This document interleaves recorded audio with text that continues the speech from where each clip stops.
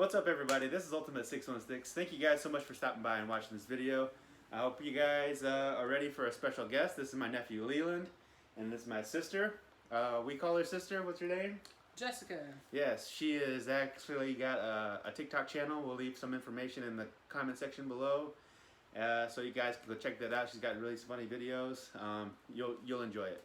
But we got something special. We are going to talk about the Shang-Chi trailer, the comics, and the rings, the power rings that we're supposed to be seeing in this movie, and the Mandarin himself. So let's get into it.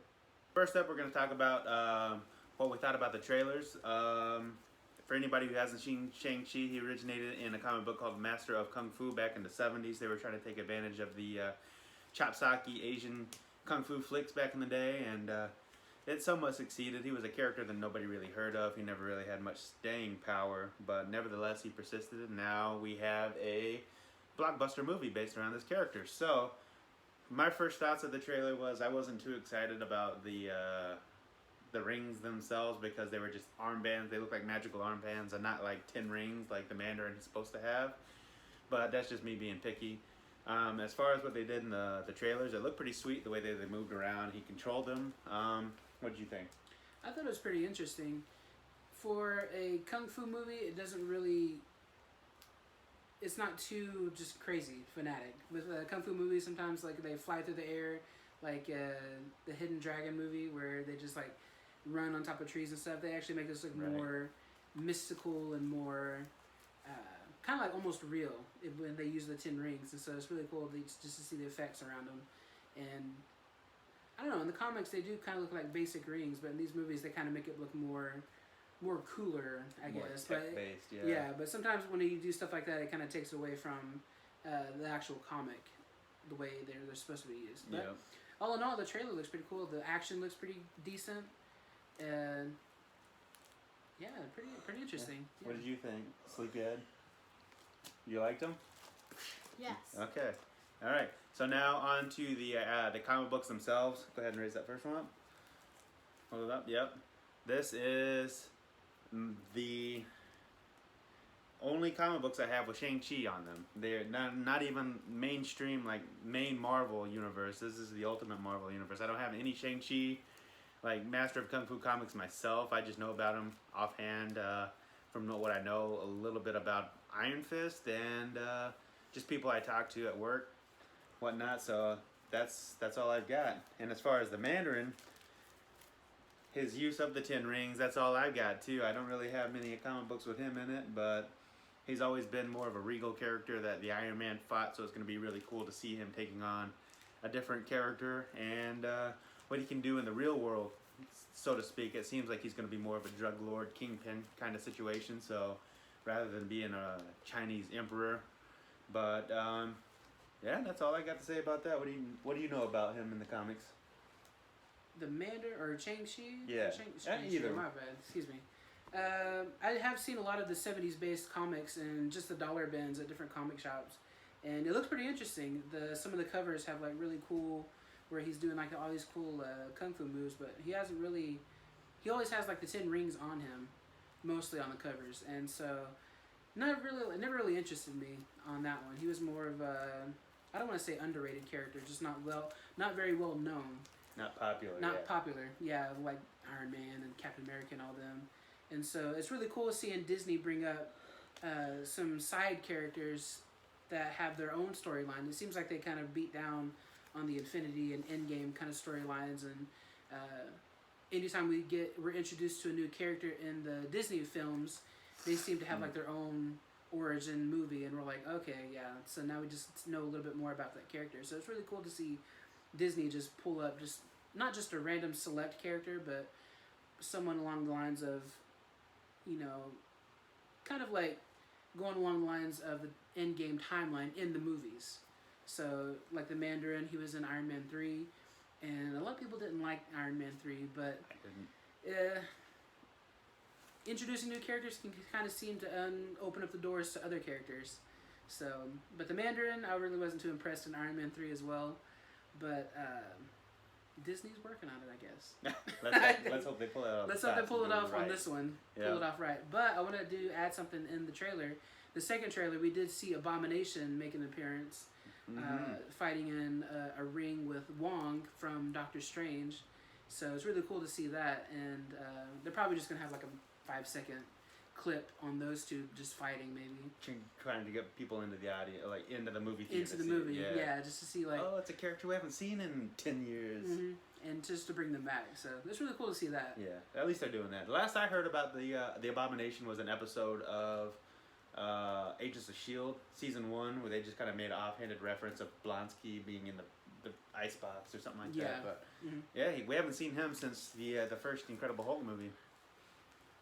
All right, so now we're gonna get into the actual power rings that he has. It's supposed to be alien technology, but it looks like it's gonna be just man-made technology. I hope not, but let's get into what they do and what they are.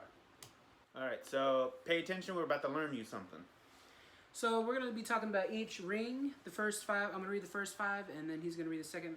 We're missing our partner here. He kind of fell asleep on this, but that's all right. So the first ring is Ice Blast, which he uses to stun victims or freeze enemies to death.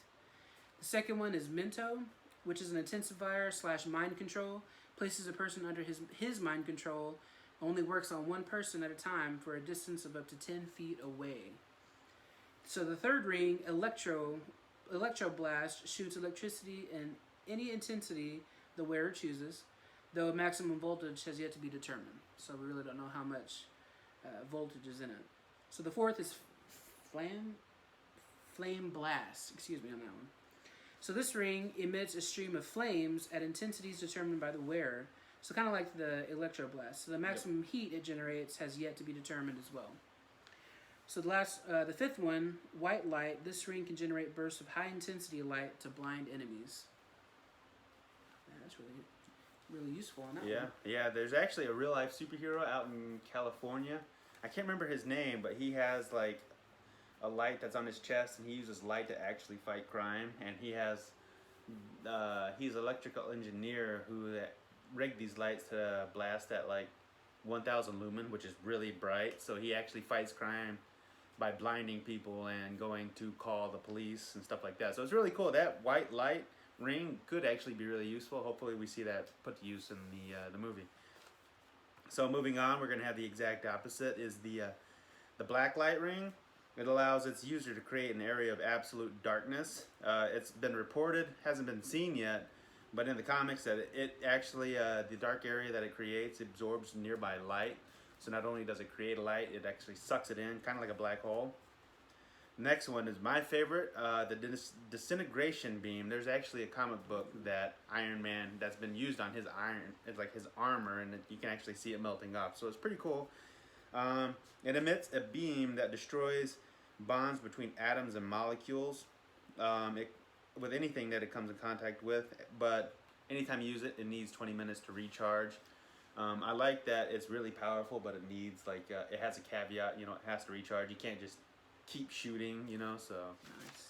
yeah, that's really cool. And this seems very realistic. I hope that that's something we see in the movie. You know, that's something that Right. they want to try to make everything real. So it'd be nice to see that. Next is the vortex ring. It causes air to move in a vortex around objects. So whether it's its user or an object across the room, it creates a vortex underneath, allows him to levitate. So that way the Mandarin can get away quickly. It doesn't say, the extent of its power, if it can make a huge tornado or if it's just a small vortex for small objects, but, it's comics. You can do whatever you want. Next is impact beam, something I feel like we've seen in the trailer. It produces a concussive force equivalent of 300 pounds of TNT. It's used to create sonic vibrations and also manipulate magnetic waves to attract or repel objects. Seems a little OP, there's a ring that can pretty much do anything. Based on the name, you think impact, it could just concussive blast, but apparently it can attract and repel objects like metal, so I don't know, it seems a little overpowered to me, but okay, I didn't make it. Well. Next is the matter rearranger. This could actually be pretty dangerous. This ring can rearrange atoms and molecules of any substance. As an example, it can turn gas into a liquid. solid into a liquid, and etc. If it can't. Sorry, I can't read my own handwriting. It cannot transmutate elements, meaning he can't turn lead into gold or any other substance. So I mean, it does have its limits too, which is pretty good. I mean, I don't know. I hate when items in comic books are so overpowered. It's just like they write themselves into a corner, and it's just there's nothing you can do. So hopefully, I don't want to see it used too much in the movie personally, but that's just me. Well, being a master of kung fu, you really have to use kung fu, and it seems like these 10 rings are kind of like an accelerator to that mastery, because in the movie trailers, it does seem like there's going to be a lot of fighting, which is really cool, because you can't be a master of kung fu if you only use 10 rings. So it's like you just become the 10 ring holder, and that's not as impressive as the master of kung fu. That is true. Yeah. So it looks like in the movie itself, it looks like we're going to be seeing a lot of flashbacks of his training when he was a child, and that's really cool. It's really cool to see how he was trained kung fu, and it seemed like there was a blip in there that his mom mentioned that he was kind of mad at his dad, so it makes me wonder how intense his training was as a kid to not like his dad. And we have a dad that used to be a track runner, and anytime we were in sports, he kind of ran us hard too when we would train. I did track and field for shot put, so he made sure that I ate right and I did lifted weights. Both my brothers played football, so they were like not on a strict diet, but they kind of watched their calorie intake the night before a game day would happen.